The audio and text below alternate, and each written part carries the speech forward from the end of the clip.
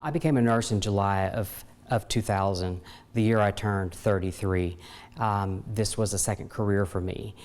In my previous career, I was intellectually unchallenged and emotionally unsatisfied. I wanted a career that allowed me to interact with people in a meaningful way. I think nursing provided that opportunity. I've wanted to be a pediatric oncology nurse since I was 4 years old, and I had my own personal experience with leukemia. I was absolutely inspired by the physicians and the nurses that cared for me. The first thing I do every day morning, of course, before prayer is, God, help me to make a difference in somebody else's life today, right? So I go into patient's room. First, I always, you go assess your patient. I like to connect with them. As I'm doing my task, I continuously talk to them and get to know them. And once you know them, build that relationship, they will open up to you. At the beginning of the pandemic with my first son, he was admitted to the ICU, and having to take the time to visit one at a time, either my husband or myself, and having those limited visitors and visiting hours really is something I brought back to my patient care. Just making sure I take the time to meet those needs throughout, especially this pandemic, where they don't have that family support and we're not necessarily allowing them in. Just taking that and making sure I cover that aspect of their life. That is an underlying stressor for pretty much everyone. You're meeting their physical needs, yes, for sure, right? All of us are here to meet their physical needs. But beyond that, staying in that room is not something that any of us want to be in that hospital bed, right? And the family members that are there, they're very anxious.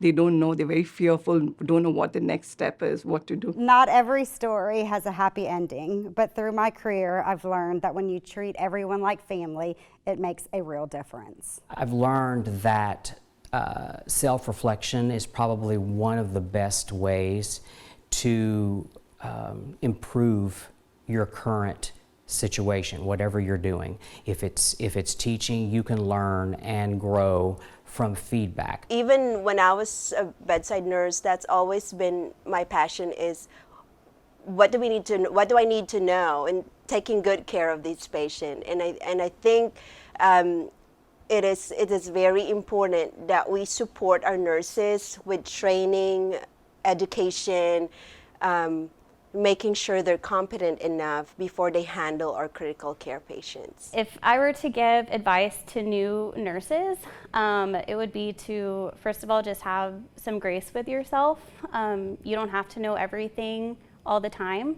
Know who your trusted resources are. Ask lots of questions, learn anything and everything you can, and continue to have mentors throughout your career. The part that I like about teaching is whenever a student would have a light bulb moment, when I was able to explain it to them and they're like, oh, I understood that better. Oh, this makes it a lot easier to remember. I've been the patient, family member, and nurse, and to me the Good Samaritan Award means not only providing the appropriate level of care for the patient and their families, but refocusing the entire team and those who I train on their basic human needs again. I would absolutely like to thank the Good Samaritan Foundation of Houston for this award, this event, and just for recognizing so many amazing nurses each year. Looking back, I think I couldn't have done it without the support of my leadership team, the team that I have now. Whatever I am today, I'm sure it is because of the team that I work with.